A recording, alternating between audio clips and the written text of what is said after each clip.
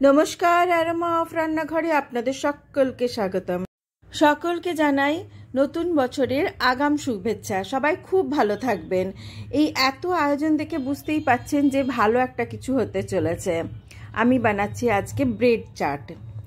দারুণ সুন্দর রেসিপি। সবাই প্লিজ সঙ্গে থাকুন আর স্কিপ না করে পুরো রেসিপিটা দেখুন। একটা ফ্রাই প্যান চাপিয়েছি, তার মধ্যে দিয়ে দিয়েছি 1 চামচ মৌরি আর 2 শুকনো লঙ্কা। মৌরি আর শুকনো লঙ্কাকে ড্রাই রোস্ট করে নিতে হবে ভালোভাবে এবং গুঁড়িয়ে নিতে হবে। আর এটা হচ্ছে আমচুর পাউডার, 3 চামচ আমচুর পাউডার নিয়েছি। আমচুর পাউডারের বদলে আপনারা তেঁতুল দিয়েও এই চাটনিটা বানাতে পারেন, কিন্তু তেঁতুলের যা টেস্ট হবে আমচুরের থেকে একটু আলাদা হবে। আচ্ছা, প্রথমে অল্প 1 চামচ রিফাইন্ড অয়েলের মধ্যে অল্প একটু মৌরি আর একটা শুকনো লঙ্কা ফোড়ন দিয়ে ওই যে আমচুর পাউডারটা নিয়েছিলাম সেটা হাফ বাটি জল দিয়ে আমি কিছুক্ষণ ভিজিয়ে রেখেছিলাম, সেইটা পুরো ঢেলে দিলাম। এবার এটাতে যখন পুরো একটা ভালো রকম বয়েল চলে আসবে, তার মধ্যে দিয়ে দিচ্ছি 3 থেকে 4 চামচ গুড়। আমি এটা এখানে কেনা যে গুঁড়ো গুড় হয় সেটা ইউজ করছি। আর এটা ওই যে পাউডারটা বানালাম তার সেই গুঁড়োটা, এটা 1 চামচ দিলাম। আর সামান্য একটুখানি টেস্টের জন্য নুন দেব।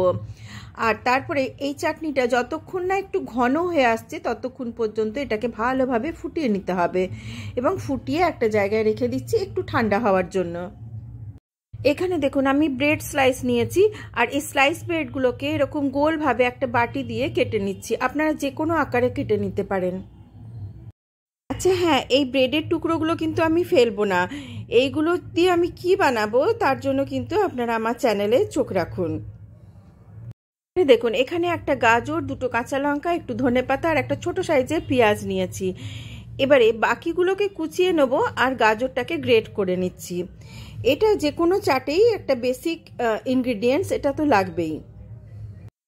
সবগুলো কুচোনো হয়ে গেছে, এটা একটু সাইডে করে রাখছি, এটা শেষে লাগবে। আর এবারে 2 বয়েল আলু নিয়েছি। বয়েল আলুগুলোকে ম্যাশ করব না, গ্রেটার দিয়ে জাস্ট গ্রেট করে নেবো। এবার এর মধ্যে একটু পেঁয়াজ কুচি, লঙ্কা কুচি, একটু ধনেপাতা কুচি আর 1 চামচ দিচ্ছি একটা ভাজা গুঁড়ো মশলা। এই ভাজা গুঁড়ো মশলাটা আমি আগে বহুবার আপনাদের দেখিয়েছি। এর মধ্যে আছে ধনে, জিরে, শুকনো লঙ্কা আর অল্প একটু মৌরি। এটা কাঠখোলায় ভেজে গুঁড়ো করে নিয়েছি। আর যে আলুটা মেখে নিলাম অল্প একটু নুন দিয়ে এই মশলা দিয়ে, এবার এটার থেকে ছোট ছোট এরকম গোল গোল করে টিক্কির আকারে করে নিচ্ছি। আর 3-4 চামচ দইকে আমি আগে থেকে না জল ঝরিয়ে রেখে দিয়েছিলাম। এই যে ব্রেডগুলোকে এবারে আমি ওই গোল করে কাটলাম, সেই ব্রেডের মধ্যে দেখুন দইটা একদম ঠিক হয়ে গেছে, এটাতে কিন্তু জল নেই। এবারে এটা মালাইয়ের মতন এই ব্রেডের উপরে অল্প অল্প করে দিয়ে দিলাম, কেননা এই ব্রেডটা তো পুরো 2 সাইডই পুরো সেঁকা হবে, অল্প স্যালো ফ্রাই হবে, সেঁকা ঠিক হবে না, তো তখন কিন্তু এই দইটা বেরিয়ে যাবে না। এবার আলুর যে টিকিয়াগুলো আমি বানালাম সেই টিকিয়াগুলো এই দইয়ের ওপরে একটা একটা করে বসিয়ে দিন, আর ওপর থেকে আরও একটা করে ব্রেড এইভাবে চাপা দিয়ে একটুখানি প্রেশার দিয়ে দিন, তাতে এটা বেশ ভালোভাবে সেটে যাবে। দেখুন প্রত্যেকটা ব্রেডের ওপরে আমি এইভাবে আরও একটা করে ব্রেড দিয়ে যেরকম বার্গার তৈরি করে ঠিক ওইভাবে করে নিয়েছি। আর তাওয়াতে সামান্য একটু রিফাইন্ড অয়েল দিয়ে এটাকে শ্যালো ফ্রাই করছি। আমি কিন্তু ডিপ ফ্রাই করছি না, শ্যালো ফ্রাই করলে বেশি ভালো কুরকুরে হবে জিনিসটা। দেখুন আগের যে দিকটা দিয়েছিলাম সেটা পুরো গোল্ডেন ব্রাউন হয়ে গেছে। এবার এইভাবে উল্টে দিচ্ছি, আর এত সুন্দর ক্রিস্পি হয় আমি আপনাদেরকে কি বলবো।